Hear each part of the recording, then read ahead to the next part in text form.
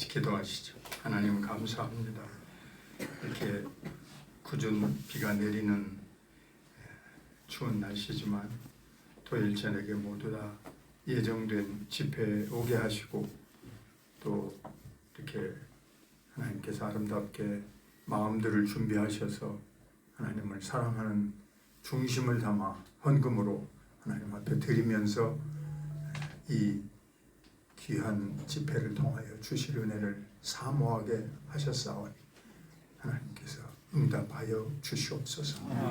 우리 모두 각자 다 하나님께 간구하는 간구의 소원의 제목이 마음속에 다 다를지라도 만 가지 사람에게 만 가지의 은혜를 베푸시는 조물주 하나님께서 응답하시고 피할 길을 내시고 또 해답을 주실 줄로 믿습니다.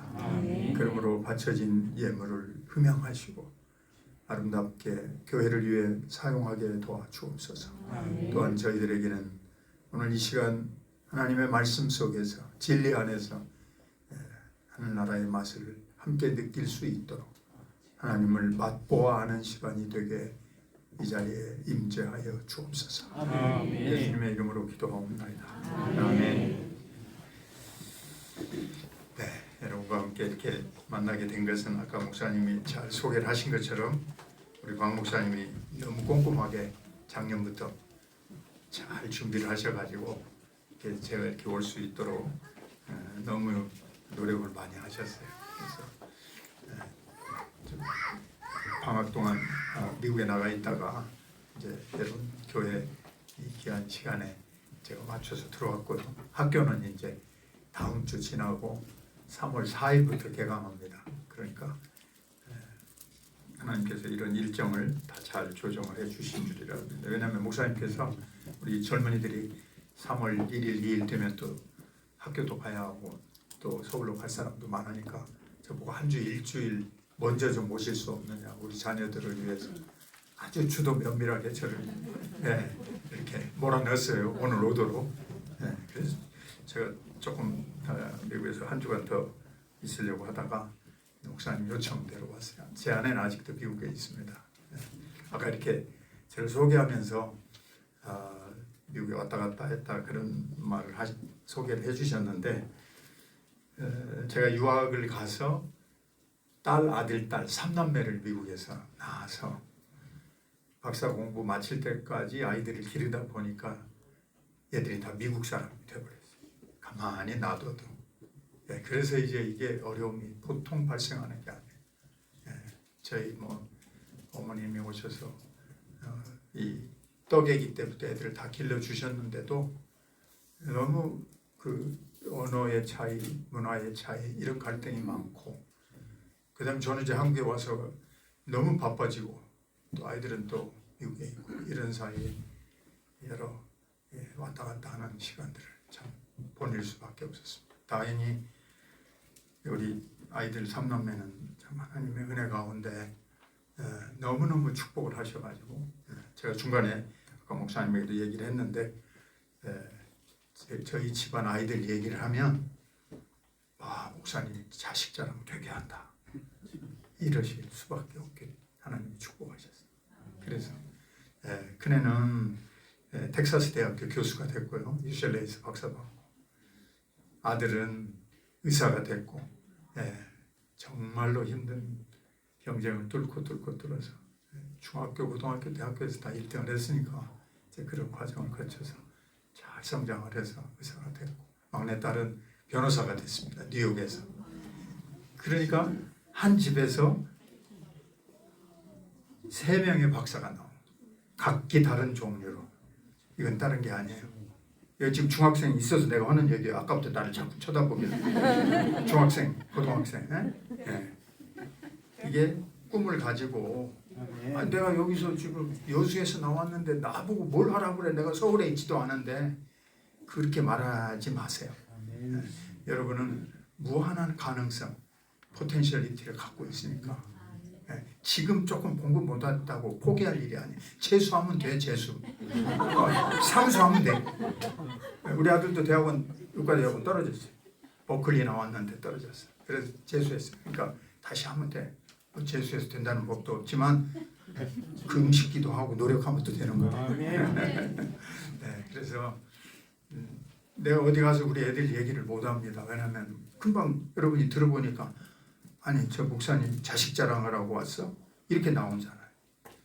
어떤 데 가니까 딱 한 군데에서 그런 얘기 하더라고요. 제가 시카고 어떤 교회가 설교를 했는데 아들이 의사라고 그러니까 목사님 우리 아들이 중학교 3학년인데 집회 끝날 때까지 밥은 제가 다 될 테니까 우리 아들 의사 될 수 있는 법만 가르쳐주고 가시라.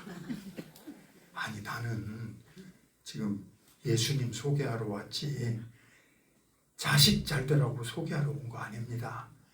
근데 그분은 마음속에 예수님도 받고 의사도 좀 하나 나왔으면 좋겠습니다. 이제 내가 이 말을 드리는 이유가 바로 그거예요. 우리는 그렇게 신앙과 세상에서의 플러스 알파를 자꾸 같이 달라고 쫄라요. 믿음으로 천국을 가고 동시에 세상에서도 아브라함과 같이 부자 되게 해 주옵소서. 내가 이미 총을 놨으니까 아멘 안 하지 여러분.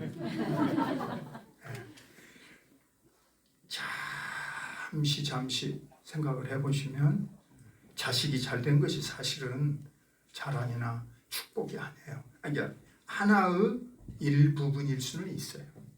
그러나 그것이 영원히 전혀 변하지 않는 축복의 내용이다. 누가 알아요? 왜냐하면 앞으로 그들의 인생의 앞길에 수많은 난관들이 또 있어요. 뭐 의사 됐다고 다 끝났습니까? 가정이 어떻게 잘 될지, 그 집의 신앙생활이 어떻게 잘 될지, 응? 아니 뭐 세상에서 뭐 하나가 됐다고 그냥 끝나냐고요 인생이. 그러니까 오늘과 같은 말씀을 여러분과 제가 하지 않을 수가 없는 것입니다. 오늘 읽으신 이 히브리서 1장 1절로 2절의 말씀은 구약 성경을 한 줄로 딱 요약해서 딱 한 줄로 옛날에 그리고 제가 PPT 그림 목사님한테 드렸는데 이제 넘어가시고 옛날에 옛적에 또 넘어가시고 자 옛날에 하나님께서 여러 모양과 여러 부분으로 우리 조상들에게 말씀하셨다. 하나님께서 자기를 말씀하신 걸 계시 자기를 보여줬다. 거기에 막 풍성한 다양성이 있고 통일성이 있고 연속성이 있고 굉장히 많은 시간이 걸쳐서 앞에 여러 세대가 지나갔단 말이에요. 자, 그다음에 그런데 그 여러 시간과 여러 방법들이 지나간 다음에 마지막 날에 넘어가셔요.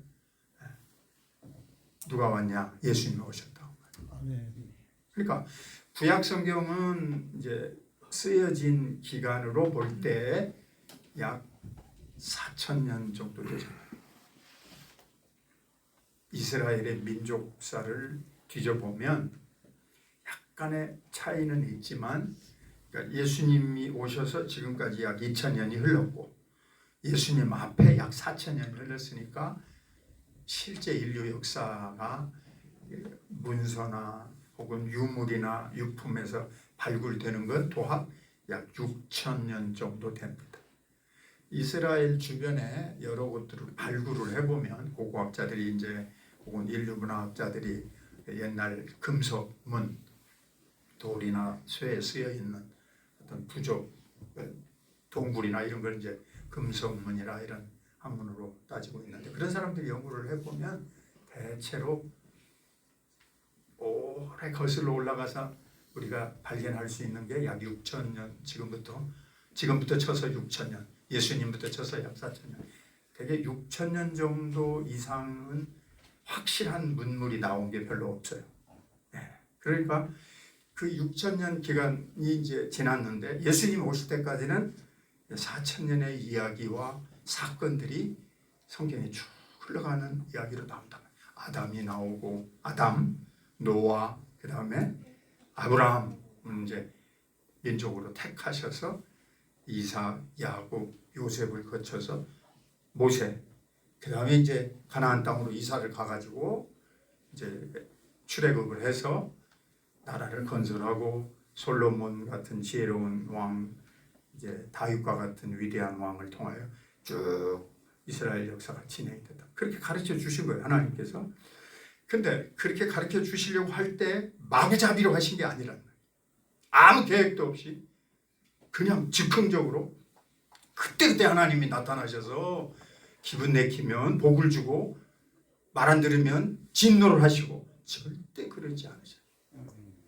하나님이 다 성경에 보니까 경륜에 따라서 하나님이 가지신 비밀스러운 계획에 따라서 한 치의 오차도 없이 진행시켰다고 말이에요. 그 안에서 인간들끼리는 인류가 이제 인간 역사를 만들어 가는데 그 안에서 싸우고 쳐들어가고 부수고 온갖 뒤죽박죽 일이 벌어지지만 그 위에 계신 하나님은 한 치의 오차도 없이 그것들을 다 사용을 하셔서 때를 이루셨어요. 그 때를 따라서 오신 분이 예수님이시고 아멘. 예수님이 오셔서 가장 많이 말씀하신 게 하나님의 나라를 너희에게 이루게 하려고 왔다. 야, 예수님이 오셔서 자기에 대해서 설명을 하시는데 이런 얘기 저런 얘기 하지 아니하시고 하나님의 나라를 이루러 왔다. 예수님이 설명하신 내용 가운데서 기도, 주기도문이 있어요. 기도를 좀 가르쳐 주세요. 제자들이 그러니까 예수님이 기도를 가르쳐 주시고 제자들에게 가르쳐 주셨는데 뭐라고 가르쳐 주셨느냐? 하늘이 우리가 다 아시는 대로 하늘에 계신 아버지의 이름이 거룩히 여김을 받으시오며 그의 나라가 임하시오며. 여러분과 저에게 날마다 그걸 기도하라는 거예요. 하나님의 나라가 내게 임하시오며. 그 다음에 이제 마태복음 5장부터 7장까지는 예수님이 갈릴리 호수에서 산삼보훈 우리가 그렇게 말하죠. 제자들을 갈릴리 호수 주변에 앉혀 놓으시고 예수님은 배에 올라가셔서 제자들을 향해서 이렇게 자연스러운 이제 광장이 되게 하셔가지고 설교를 하신 거예요. 마태복음 5장, 6장, 7장 이 세 장에서 거기에 가장 핵심적인 게 뭐냐면 너희는 먼저 그의 나라와 그의 의를 구하라. 아니 일용할 양식을 구하라. 그 말씀 기도에도 하셨지만은 일용할 양식, 매일 먹고 사는 거, 건강 문제, 자녀 교육 문제, 집안 문제, 이제 그게 거기에 다 포함이 되는 거죠. 일상생활에 대한 기도도 너희들이 하지만 항상 잊어버리지 말 것은 너희의 마음 속에, 너희의 삶 속에 하나님의 나라가 임해야 된다. 아멘. 이렇게 어려운 말씀이 있나? 왜냐하면 여러분과 저는 이제 보세요. 우리는 이제 한국 땅에서 태어나서 한국에서 제일 지금 좋은 시기를 살고 있잖아요. 하나님의 나라가 다시 뭐가 또 필요해? 이런 착각을 잠깐씩 해요. 왜냐하면 우리 여기 젊은 세대들, 저 중학생, 우리 고등학생, 여러분들 세대는 한국이 어깨를 펴고 세계에서 자랑하고 뻐기고 사는 지금 세상에 살고 있다고. 내가 여러분같이 성장할 때는 먹을 것도 없었어요. 아까 우리 장로님들이랑 식사하면서 옛날 얘기 좀 했는데 우리는 얼마나 가난했는지 말도 못했잖아요. 그런 얘기 가끔 할머니 할아버지들한테 들을 거예요. 또 책 속에서 보고. 그러나 여러분은 그렇게 궁핍하게 자란 세상이 아니지. 그렇죠? 자, 지금은 뭐 우리나라 드라마 엄청나게 인기가 있잖아요. 우리는 대장금 본 지가 한 20년 되지 않았어요? 근데 아프리카에서 인기입니다 지금. 이제서 한국 걸 보고 그 다음에 얼마 전에 그 영국 찰스 국왕이 우리 대통령 초대해가지고 말했잖아요. 한국 드라마 보고 한국 팝, K-팝, 그 다음에 한국 K-푸드, 한국 음식, 한국 선수들 골프 잘 치잖아요. K-스포츠 전부 코리아자를 붙이면 세계에서 남부럽지 않게 자랑스러운 그런 세상에 살아요. 근데 착각하지 말으셔야 돼요. 뭐냐? 전 세계에서 노인 빈곤율 1위, 노인들은 다 가난한 나라가 되어버렸죠. 아니 젊은 사람들이 만드는 영화도 좋고 음식도 좋고 다 좋다는데 자살률 1위. 왜 그렇죠? 왜 지금 한국이 세계에 떴는데 잘 착각하면 안 돼. 내막을 잘 들어가서 보면 한국 사람들은 우울하고 어둡고 지금 마음이 다 불편해. 이게 뭔가가 지금 착각이 일어나서 박자가 안 맞는 거예요.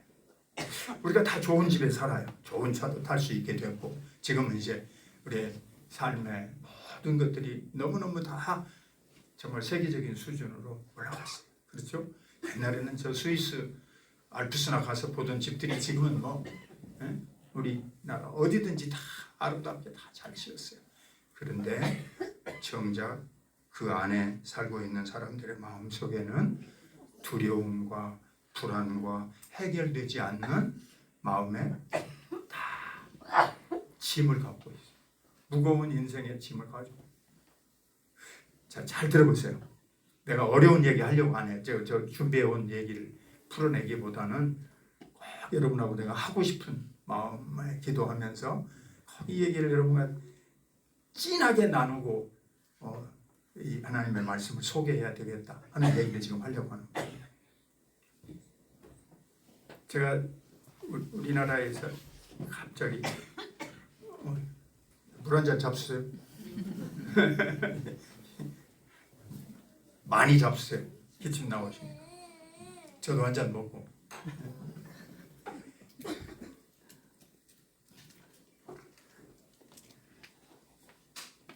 자, 우리나라에서 지금 해결해야 될 가장 시급한 문제가 우리 모두 마음속에 두려움, 불안함, 불만족, 혹은 걱정, 혹은 상실감 뭐 이런 것들이에요. 이런 것들이 다 가슴속에 가득 차 있어서 행복하지 않아요. 예수 믿는 사람도 한편으로는 채워진 것 같으면서도 또 다른 한편으로는 걱정, 근심 벽에 가득 찼다고. 예수님 뭐라고 하셨어요? 무거운 짐을 진 자들아, 수고하고 힘든 자들아, 다 내게로 오라. 내가 너희를 편히 쉬게 하리라. 내 짐은 가볍고 내 멍에는 쉽다. 아니 그렇게 해가지고 예수님한테 다 의지하려고 교회에 나갔는데 교회 안에서도 그 시간이 자꾸 지나면서 보니까 자기 마음을 짓누르게 하는 좋지 않은 것들을 더 느끼게 돼요. 교회 안에서도 다 행복하지 않아요. 자, 이러니까 한국 사람들의 이 문제를 풀어준다고 해서 등장하는 몇 사람이 있습니다. 내가 예를 들어볼게요. 해민이라는 불교 스님이 있어요. 하버드 대학교 나왔어요. 미국 사람이에요. 어떻게 한국에 와가지고 한국에서 중이 됐어요. 예. 중이 됐다. 그 내가 너무 모욕한 말이 아니에요. 원래가 그 단어를 썼어요.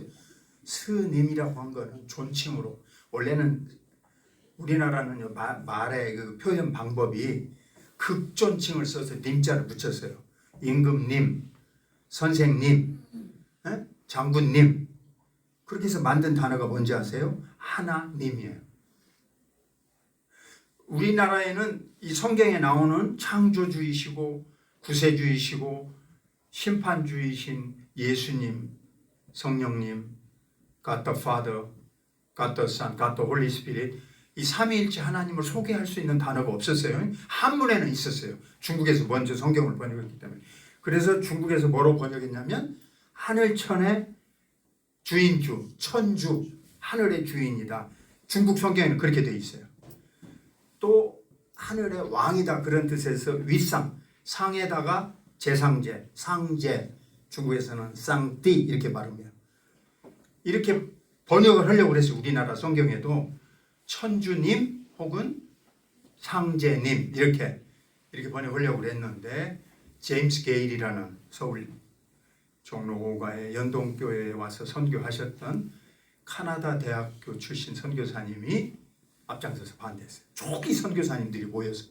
자, 이 조선 사람들이 모르는 성경에 나오는 전능하신 분을 소개하려고 할 때 이미 여기 단어를 가지고 있는 걸 비슷하게 쓰면 착각을 일으킨다고. 왜냐하면 혼합이 돼버린단 말이에요. 상제라는 단어가 문제가 많아요. 왠지 아세요? 옥황상제, 저 집사님은 옥황상제 들어봤죠?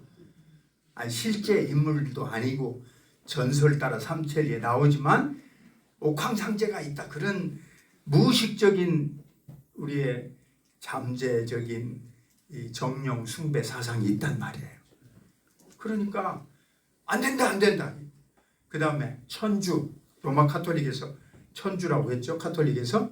근데 하나님은 천주 그러게 되면 하늘의 주인뿐이시냐 그 말이에요. 땅의 주인도 되고 바다의 주인도 되고. 자, 땅의 주인은 뭐라고 그러죠? 지주. 그러면 하나님을 뭐로 붙여야 되겠어요? 자, 천주님에다가 지주님에다가 바다의 주인은 해주. 바다 속의 주인은 옥황상제님, 용왕님.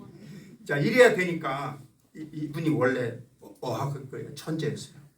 예, 언어학과 출신. 그래서 선교사들 초기 모였을 때 이렇게 하면 안 되고 이분들이 모르는 유일한 분 하나에다가 뭘 붙여? 극존칭이 님이야, 님. 그래서 단어를 만든 거예요. 내가 다 찾았어요, 이걸. 이 성경 한국에 번역하게 된 초기 역사를 내가 내 신학을 공부하게 되면서 이걸 알려줘야 되겠다. 도대체 어떻게 해서 만들어진 단어냐? 우리나라의 역사에 없는 단어예요. 그 이전에도 나온 적이 없어. 선교사님들이 회의를 거듭거듭 했어요. 논쟁을 거듭거듭 했어요. 약 한 9년간 토론했어요. 끝끝내 이 제임스 게일 선교사님의 그 제안이 가장 타당하다. 논쟁 끝에 하나에다 님자를 붙였어요. 비슷하게 붙인 게 뭔지 알아요? 스에다가 님자를 붙인 거예요. 산에 사는 양반들이 원래 뭐라고? 스였어요. 스. 왜냐하면 2조 500년은 척불 숭유, 불교를 배척하고 유교를 숭배한다. 왜냐하면 그 앞에 고려라는 나라의 시대 때 너무 이 불교가 궁궐 깊은 곳을 다 장악을 해서 그 신돈의 아들이 뭐 왕이 됐다 어쨌다 중의 아들이 뭐 이렇게까지 나오니까 유교 시대는 일절 발을 못 붙이게 해버려서 다 산으로 쫓아간 거예요. 정도전이라는 사람이 그렇게 한 거예요.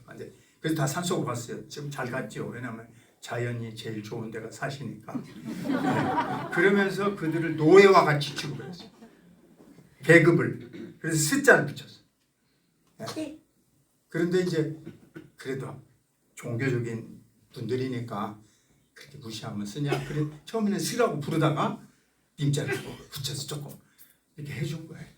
자, 내가 뭐 흉보는 게 아니고 사실이에요. 근데 이제 처음 들었죠 오늘. 유일무이한 한 분 하나에다가 님을 붙여서 하나님. 전능하신 참 히브리어 성경을 여러분에게 번역해 드릴 수가 없어요. 히브리어 성경에는 엘로힘, 야훼, 아도나이 이렇게 돼 있어요. 이걸 붙여준 여러분이 이해가 되겠어요? 엘로힘이 뭔지? 히브리어를 모르시는데.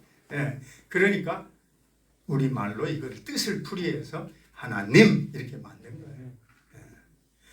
자, 하나님에 대해서 전도를 받고 듣고 이해하고 살지만 그게 너무 멀단 말이에요. 왜냐하면 영원하신 분이고 전능하신 분이고 무한하신 분이고 불변하는 분이고 영광스럽고 광대한 분이에요.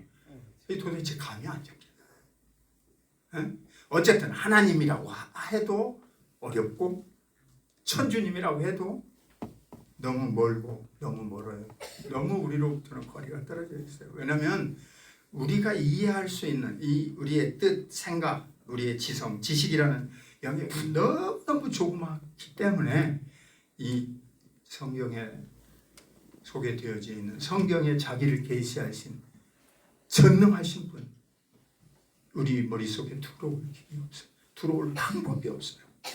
그래서 여러분과 제가 지금 이렇게 사실은 진리에 있어서는 어둠에 있고 답답하고 그리고 두려움을 이겨내지 못하는 거예요. 저도 마찬가지예요. 저도 잠자리에 들 때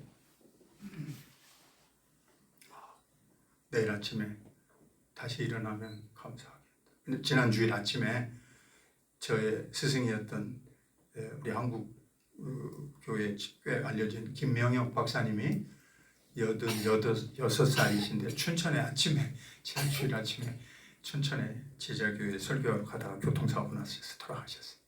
네. 연세가 이제 많으니까 뭐 86세 되셨으니까 하늘나라에 가시는 것이 어느 정도는 그래도 안쓰럽지만 가실 때라고 생각은 되어지지만 이렇게 여러분과 저는 내일에 대한 아무것도 모른 채 살고 있는 거예요. 내일 일을 모른 채 지금 기약이 없는 인생을 하루하루 살게 됐단 말이에요.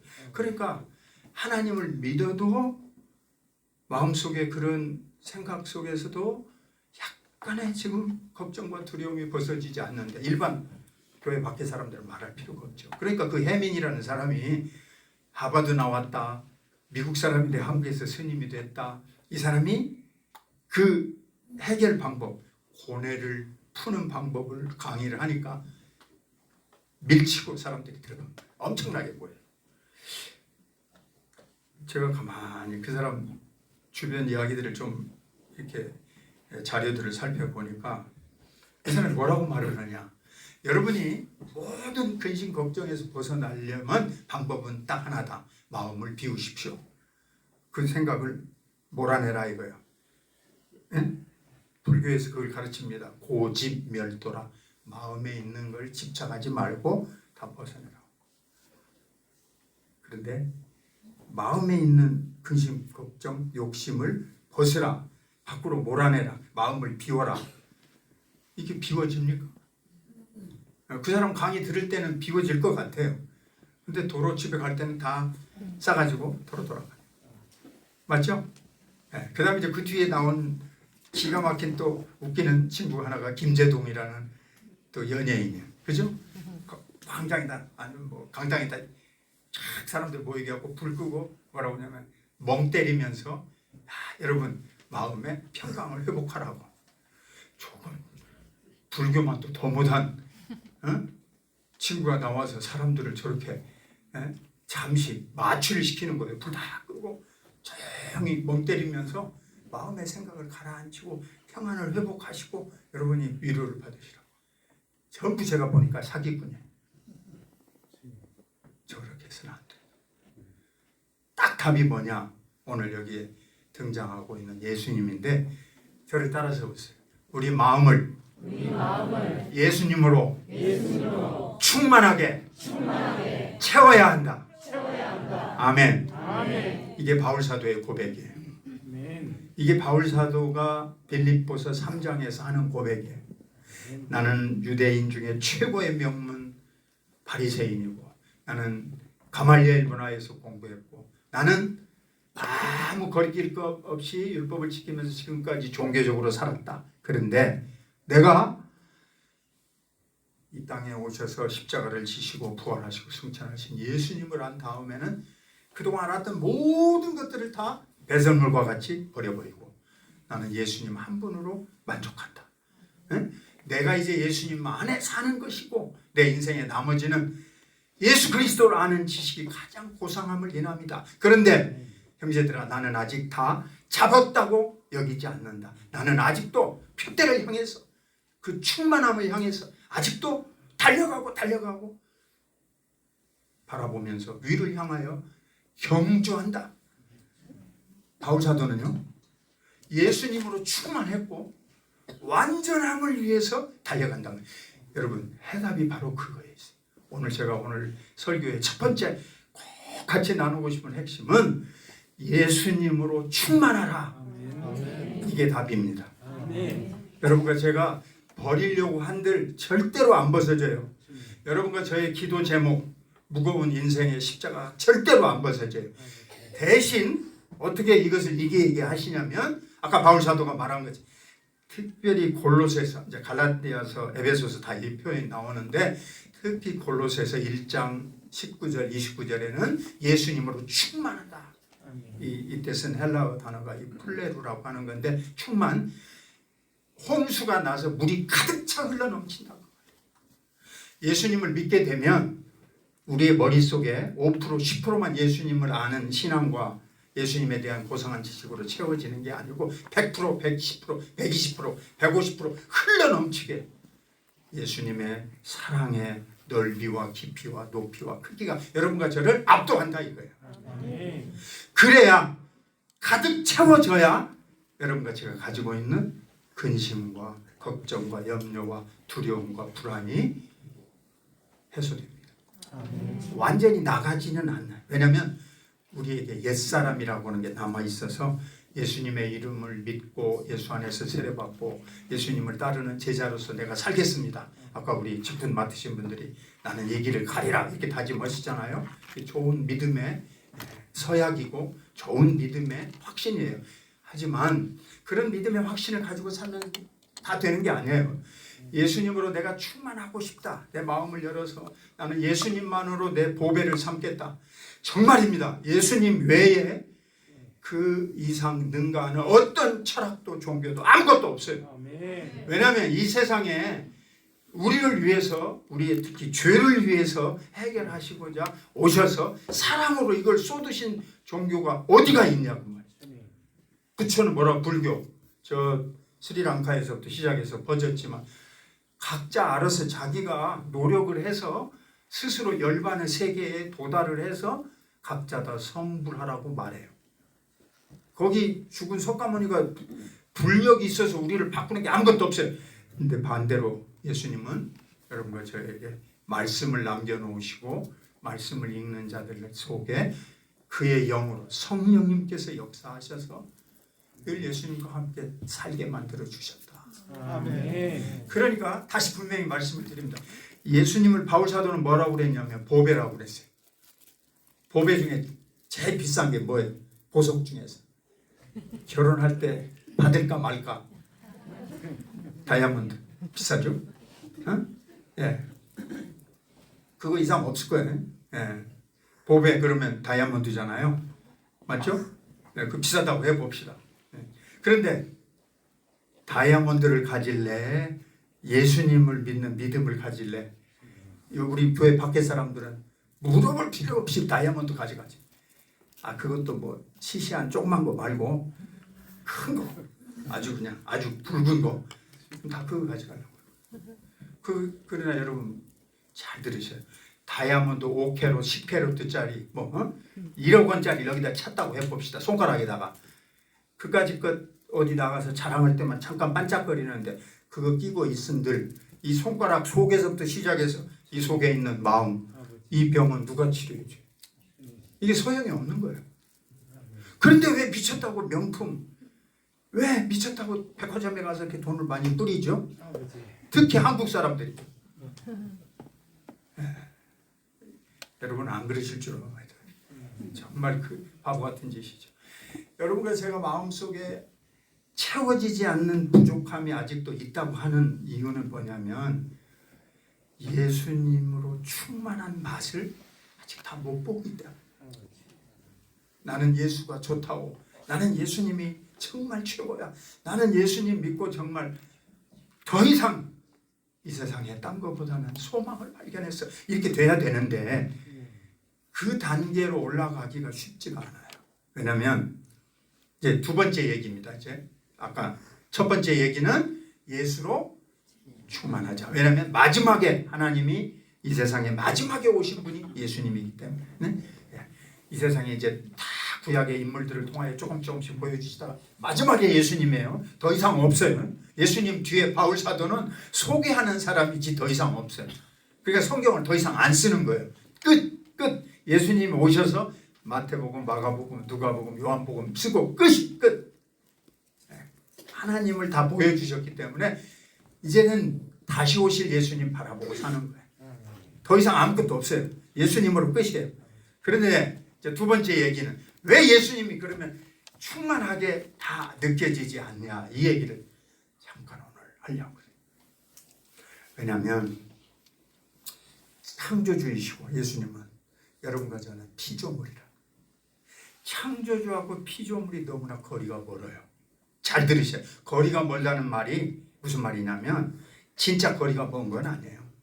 하나님은 무소부재, 옴니프레센스라 그런 단어를 쓰는데 지금 이곳에도 계시고 우리 안에도 계시고 우리 밖에도 계시고 온 우주에도 충만해요.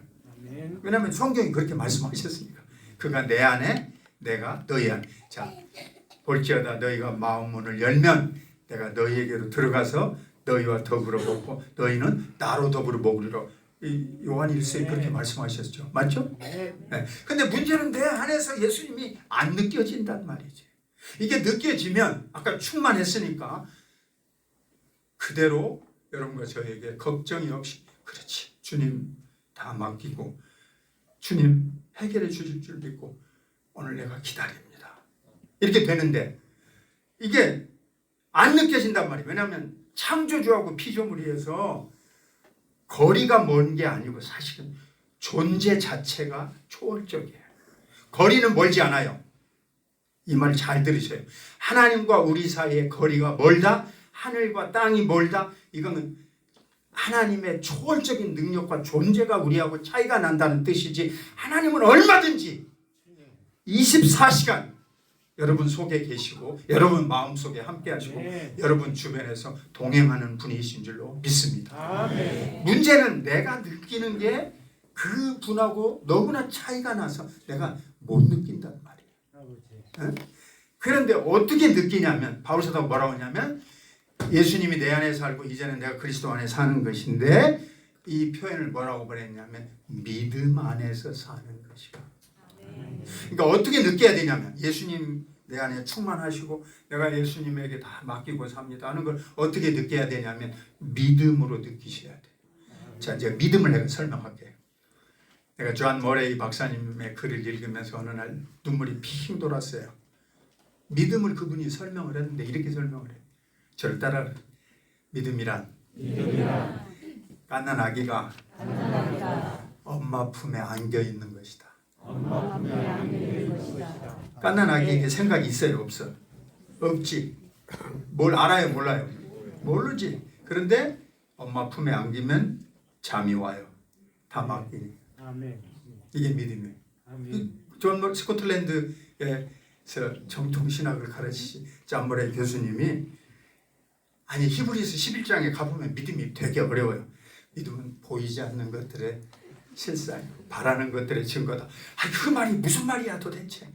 그러니까 설명하시기를 믿음은 갓난아기가 엄마의 가슴에 안겨서 의지하는 것이다. 신뢰하는 것이다.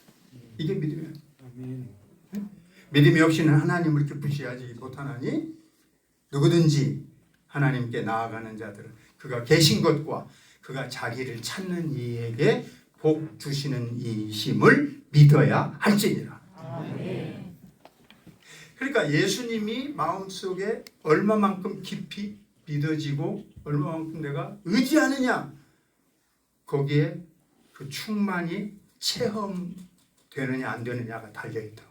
자, 내가 더 쉽게 설명을 할게요. 더 쉽게. 저의 믿음의 체험에 제가 아까 삼남매 공부시키면서 미국에서 있었다고 그랬잖아요. 제 아내하고 둘이 계산을 하면 매달 생활비가 모자라요. 응? 애들 돈 보내주고 뭐 해도 모자라요.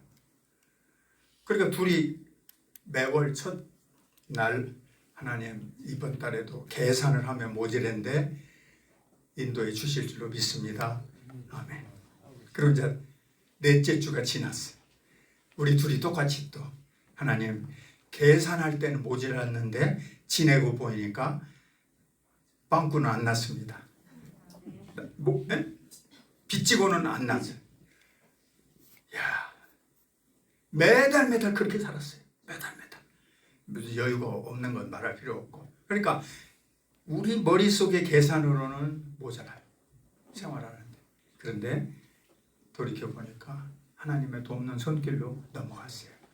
아, 하나님이 굶어 죽지 않도록 까마귀를 보내서 엘리야를 내게 살리듯이 아, 이렇게 하시는 거구나.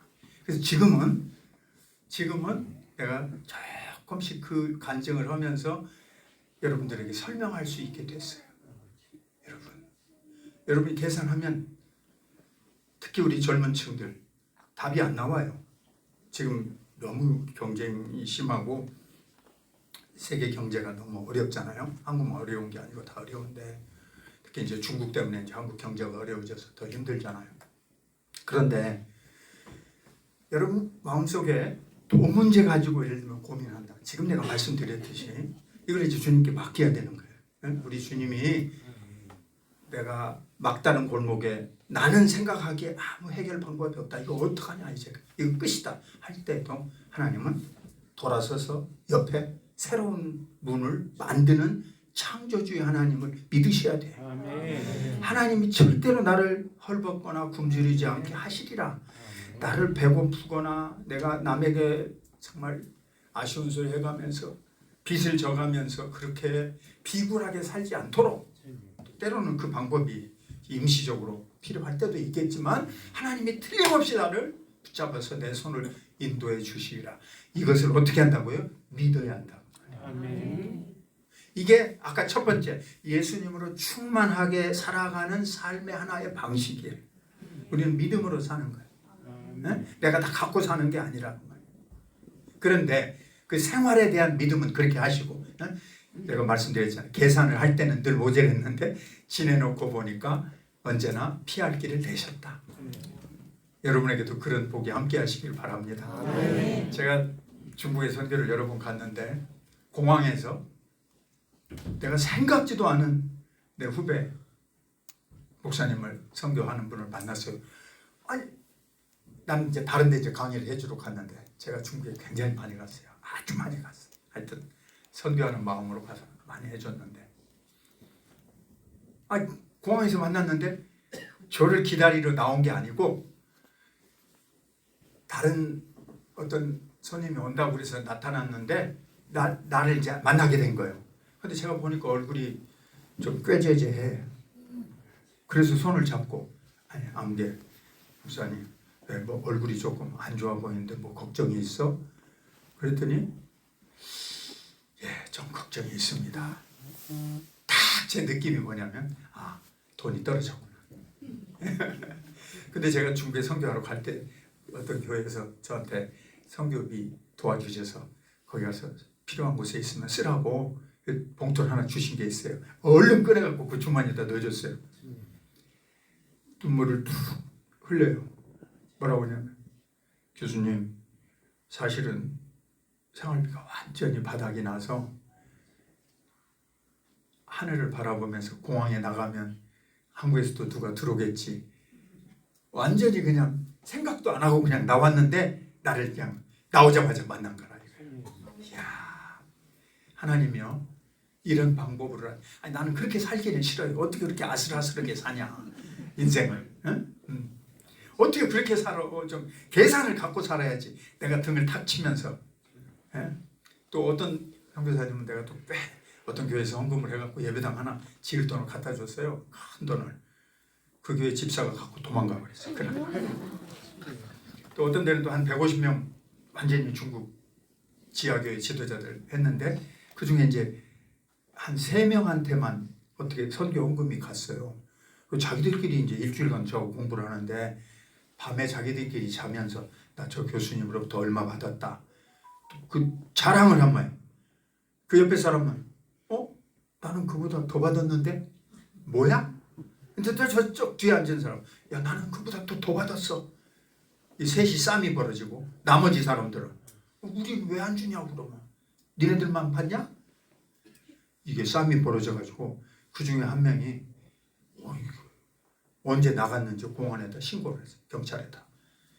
검정색 쫙 옷을 입은 형사들이 제가 이렇게 강의를 하고 있는데 진짜 들을 이렇게 가로질러서 막 경찰이 오더라고요.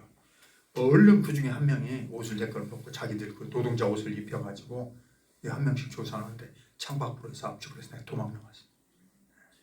그러니까 이게 별일이 다 많은 거예요. 사람들 사이에서 이게 물질을 가지고 시험에 들기가 쉽고 남 도와줘도 이게 그 뒤로 내가 이건 정말 조심해야 되겠구나. 주어도 이렇게 어려움이 많구나.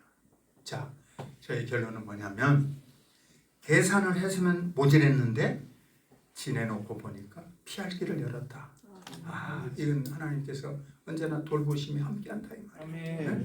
이것을 어떻게 제가 여러분에게 표현을 했냐면 믿음 하나님께 대한 믿음으로 살아가라. 예. 사실은 은행이나 뭐 월급이나 뭐 재산이나 많이 가지고 있다 한들 그 인생도 장담할 수 없는 거예요. 언제 무슨 일이 교통사고일지 무슨 호흡기 곤란일지 언제 무슨 일이 벌어질지 아무것도 모르는 인생이니까 궁극적으로는 돈 문제가 아니고 절대 의존, 절대 신뢰, 절대 의지, 이것이 우리의 믿음 생활의 본질이라 그 말이에요. 그러니까 예수님으로 충만을 하되 특별히 여러분과 제가 그 예수님이 내게 멀리 떨어져 있는 분이 아니고 나를 모르는 분이 아니고 나를 간섭하지 않는 분이 아니에요. 나의 고통과 나의 슬픔과 나의 답답함과 나의 어려움 모든 일들을 다 알고 계시니까 내가 그 예수님에게 의지하고 그건 뭘로? 기도로 간구로 대화로 늘 주님과 함께 내가 깊은 인격적 신뢰의 관계를 쌓아가면서 한 걸음 한 걸음 나를 이끌어 주시면 그러면 그게 믿음 생활로서 내가 우리 주님과 동행하며 이 모든 어려움들을 이겨낼 수 있는 인생의 승리자가 될 줄로 믿습니다. 왜 그러냐면 다 아시기 때문에 여러분과 저의 생각을 처음부터 아셔요. 구하기 전에 다 아셔요. 모든 걸 다 아셔요. 하나님 날 못 보고 계신다? 나는 괜찮은 사람인데 우리 박 목사님이 나 목사 중에도 그래도 괜찮은 목사님인데 제가 여수 끝에 와서 이렇게 살게 하시나 나 좀 알아줘가지고 좀 서울에서 좀 아니면 뭐 미국에 가서 좀 크게 안 쓰시나? 하나님 다 알고 계신데 여기서 제일 잘 쓸 수 있으니까 여기다가 딱 못 박아 놓으시고 일하게 하신 거예요.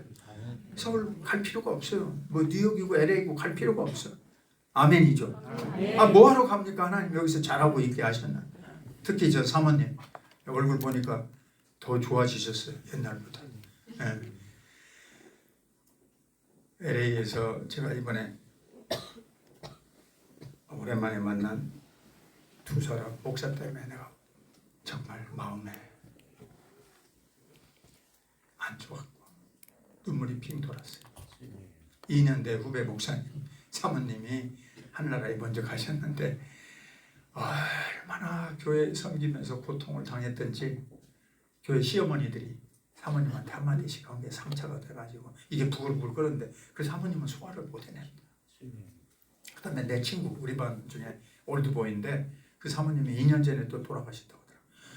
이야, 근데 박 목사님 하여튼 사모님 잘해야 돼. 네, 스트레스 안 받게. 네? 사모님하고 같이 여러분 가정도 다 마찬가지예요. 여러분 가정 속에서도 형제 자매 간에 직장에서 직장관계 또 교회에서 인간관계 학교나 뭐 주변에서의 모든 관계성 속에서 여러분 모두에게 상처 준 사람도 있고 아픔을 준 사람도 있고 손해를 준 사람도 있다는 말이에요. 이 속에서 헤어나오지 못하면요 그 상처가 우리를 괴롭혀요. 그러니까 늘 인간은 모두 다 시행착오를 겪게 돼 있어요. 왜냐하면 이 세상을 전체 지배하고 있는 게 사탄이라는 말이에요. 하나님 위에 계십니다. 이 사탄이라는 놈이 어느 정도의 영역을 할 동안 허용을 하시니까 이건 악이라는 말이에요. 악, 이불. 뭘 퍼뜨리냐면 죄를 퍼뜨려. 그래서 이 죄가 퍼져서 우리 사회 전체를 교회 전체를 늘 분란을 일으키고 괴롭힌단 말이에요. 보세요. 지금도 하고 있는 짓이 우크라이나하고 소련 전체 이스라엘하고 또 건너편 가자 지구의 팔레스타인 원주민들하고 전쟁. 이제 또 어디로 이 전선이 또 계속 커지잖아요. 아랍 중동 국가 계속 전쟁, 분란, 싸움, 부채질. 이게 이 세상을 지배하고 있어요. 근데 하나님의 나라가 그것을 장악하고 보고 계신 거예요. 절대 제 마음대로 못합니다. 이건 절대적인 하나님의 권능하에 있기 때문에. 하지만 일시적인 역할은 하고 있어서 이 악의 영향으로 말미암아 우리가 본성으로 부패됐고 이러므로 말미암아 때로는 나도 남에게 상처를 주고 나도 나 스스로 문제를 만들어내요. 이게 인간 관계 속에서만 내가 피해를 입는 게 아니고 그래서 우리는 사람을 믿을 수가 없어요. 사람을 의지할 수가 없어. 우리는 오직 예수님 밖에 의지할 뿐이요. 이 제가 공부한 지난 이 세월 동안 전 세계적으로 가장 훌륭한 신학자 가운데 한 사람이 존 오웬이라고 하는 분이 계세요. 옥스퍼드 대학교의 교수였고, 셰익스피어가 죽던 해에 이분이 태어나셨어요. 그럴 만큼 영국에서 최고의 학자로 널리 알려졌어요. 근데 이 존 오웬이라는 분은 84권의 책을 쓰셨는데 자기 개인에 대한 이야기는 한 줄도 안 썼어요. 자기 얘기는 안 써요. 이분이 뭐라고 썼냐면, 인간은 아무것도 내세우거나 이야기할 것이 없다. 그러니까 인간에 대해서 말할 게 없다. 나는 오직 하나님의 말씀에 대해서만 얘기한다. 이분의 전기와 이분의 신학을 연구해 보려면 자료가 아무것도 없어요. 왜냐하면 자기가 죽던 해 67세로 생애를 마쳤는데 자기 후배 조수에게 자기가 가지고 있었던 개인적인 자료를 전부 태우라고 그랬어요. 자기가 써놓은 공적인 저술 외에. 그러니까 아무것도 없어요. 어떻게 어떤 마음과 어떤 생각으로 사셨는지. 자기가 좋을 때도 있었고 나쁠 때도 있었는데 영국의 최고 지도자였던 올리버 크로멜이라는 분의 그 차플린으로 담당 목사로 영국 국회 전체를 설교했던 분인데, 그런 영광스러울 때 아니면 고통당했을 때 이런 얘기 한마디도 없어요. 들어보세요. 11명의 자녀를 낳았는데 존 오웬이 전부 자기보다 앞서서 다 죽었어요. 한 명만 딱 결혼했는데 그 딸도 결혼해서 죽었어요. 그 아이를 낳았던 자기 아내도 죽었어요. 완전. 얼마나 큰 시련이고 십자가. 아무도 없어요. 집에 돌아가면. 그 공허함을 혼자서 어떻게 이겨냈겠어요? 자녀가 앞서서 갔는데 하나가 아니고 11명이 다 죽었단 말이에요. 아내도 죽고. 그래서 나중에 이제 자기 교회에 있었던 다른 부인하고 재혼을 해서 노년기에 조금 위로를 얻고 그렇게 살다가 하나님 나라에 갔어요. 전무후무한 세계적인 신학자.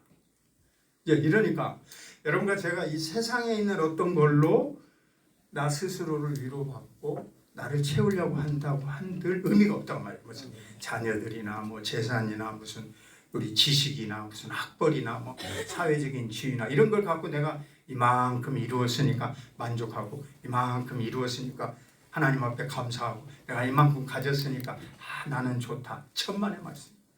그걸로는 절대로 여러분과 저에게 행복의 원천이 될 수가 없습니다. 왜냐하면 세상에 있는 것들은 사람으로 말미암은 것이고 그건 사람과 함께 망하는 것이기 때문에 딱 한 가지 여러분과 저에게 주어진 진정한 축복은 예수 그리스도. 그건 한 분밖에 없습니다. 예수님으로 내가 어떻게 만족하느냐, 여기에 결판을 지으셔야 돼. 근데 지금은 아까 이제 의지한다 내가 그랬잖아요. 갓난아기처럼 나는 예수님 믿는다. 나는 몰라. 아무것도 모르겠고 나는 믿겠다. 나는 주님 의지하겠다. 나는 성경 말씀대로 따라가겠다. 나는 갓난아기 같이 그냥 내가 모르지만 믿겠다. 이제 그게 우리 할머니나 우리 어머니의 신앙이에요. 그분들이 무슨 공부를 했어요. 저희 할머니도 늘 눈물 흘리며 기도하며 이렇게 살아갔는데, 이제 오늘 말씀을 마치겠습니다. 예수님에 대해서 충만하며 예수님에 대해서 의지하면서 내가 살겠다 할 때 그 핵심은 뭘 의지하고 뭘 바라보며 사느냐. 저를 따라서 해보세요. 예수님의 부활과 승천과 재림이다. 아멘. 이건 이제 내일 아침에 연속하겠는데 대부분 여러분과 저는 예수님의 십자가를 바라보고 믿어요. 맞아요. 그건 틀린 게 아니에요. 근데 그것은 예수님의 낮아지심의 사역이에요. 예수님이 인간의 몸을 입으시고 죄인으로서 모욕을 당하시고 이 세상에서 우리의 죄를 위해서 제물로 바쳐주기 위해서 죽임을 당하신 모습이에요. 그것은 분명히 우리가 믿어야 될 위대한 신앙의 내용이에요. 근데 예수님 그걸로 끝난 분이 아니에요. 훨씬 더 많은 내용이 뭐냐면 그의 승리, 죽음으로부터의 부활, 그 다음에 승천이에요. 승천. 내일 이걸 설명할 거예요. 내일 안 나올 사람 없겠죠? 승천이에요. 승천. 한국 교회에서는 이 승천에 관한 설교가 조금 부족해요. 왜냐하면 저도 신학대학원에서 그렇게 잘 못 가르쳐 줬고, 이제야 제가 이 책을 2023년에 이 책을 통해서 새롭게 깨우쳤는데 이분이 앞에서 그렇게 썼어요. 이게 G.K. 비엘이라는 박사인데 이분 정말 기가 막힌 학자입니다. 케임브리지에서 박사 받고 그 다음에 미국에 와서 보스턴에 있는 고든 코넬에서 15년 교수하고 거기서 유명해지니까 시카고에 있는 위튼 신학대학원에 와서 10년 교수했고 마지막 또 10여 년은 내가 공부했던 웨스트민스터 신학대학원의 신약 교수인데 우리말로 번역이 안 됐어. 이제 막 2023년에 영어로 나온 책이 76세이지. 근데 여기 앞줄에 뭐라고 썼냐면 내가 지금까지 알지 못했던 걸 이제야 깨우치게 됐다. 아니 76세 된 세계적인 리딩 스칼라가 76세 되고 이제 알게 됐대. 그러면서 뭐라고 주장을 하냐면 예수님의 십자가만 믿지 말고 부활이다, 승천이다, 영광스러운 재림이다. 그래서 내일 설교 제목이 뭐예요? 영광스러운 승리입니다. 예수님을 의지하는데 뭘 의지하냐면 죽으신 예수님, 나를 위해서 죄값을 치르신 예수님도 의지하지만 그것은 예수님의 반쪽 설명밖에 안 돼. 이 뒤에 나오는 사도행전부터 훨씬 더 많은 이 G.K. 박사가 그걸 다 조사했어요. 이 책에서. 예수님의 십자가에 대해서도 나오지만 부활과 승천과 재림이 월등히 더 10배, 100배 더 많이 나온단 말이에요. 그러면 똑같이 가르쳐야지. 왜 자꾸 나를 위해 죽으신 십자가만 가르치냐 이거지. 영광스러운 승리. 예수님은 영광스러운 절대로 실패하지 않고 승리하신 분이고 여러분과 저는 우리 주님과 연합된 삶을 사니까 우리도 승리자가 될 줄로 믿습니다. 자, 기도하고 마치겠습니다. 하나님 아버지, 우리 귀한 믿음의 종들 이 밤에 같이 모여서 현재 나에게 주어진 이 수많은 갈등과 답답함과 자존심 상하는 고통스러운 여러 일들 어떻게 내가 감당해야 될지 모를 만큼 많게 짓누르고 있는 십자가들 이것을 극복하고 이겨낼 수 있는가 같이 말씀을 나누었습니다. 우리 모든 성도님들 한 사람 한 사람에게 다시 한번 새 힘을 주시고 이 말씀 속에서 오늘 결단할 수 있게 도와주시옵소서. 예수님의 이름으로 기도하옵나이다. 여기 보면 합심 기도 이렇게 되어 있는데 제가 오늘 두 가지 크게 요약을 했어요. 첫째는 예수님으로 충만하자. 예수님으로 충만하자. 그다음에 두 번째는 예수님을 의지하고 신뢰하고 맡기자. 자, 오늘 소리는 안 내셔도 좋은데 이 교훈을 생각하면서 내가 다른 거 다 버려버리고 이제는 예수님으로만 가득 채우게 해주시고 그만하니까 그 주님 의지하고 내가 승리할 수 있게 주옵소서. 다 같이 합심해서 한번 기도하겠습니다.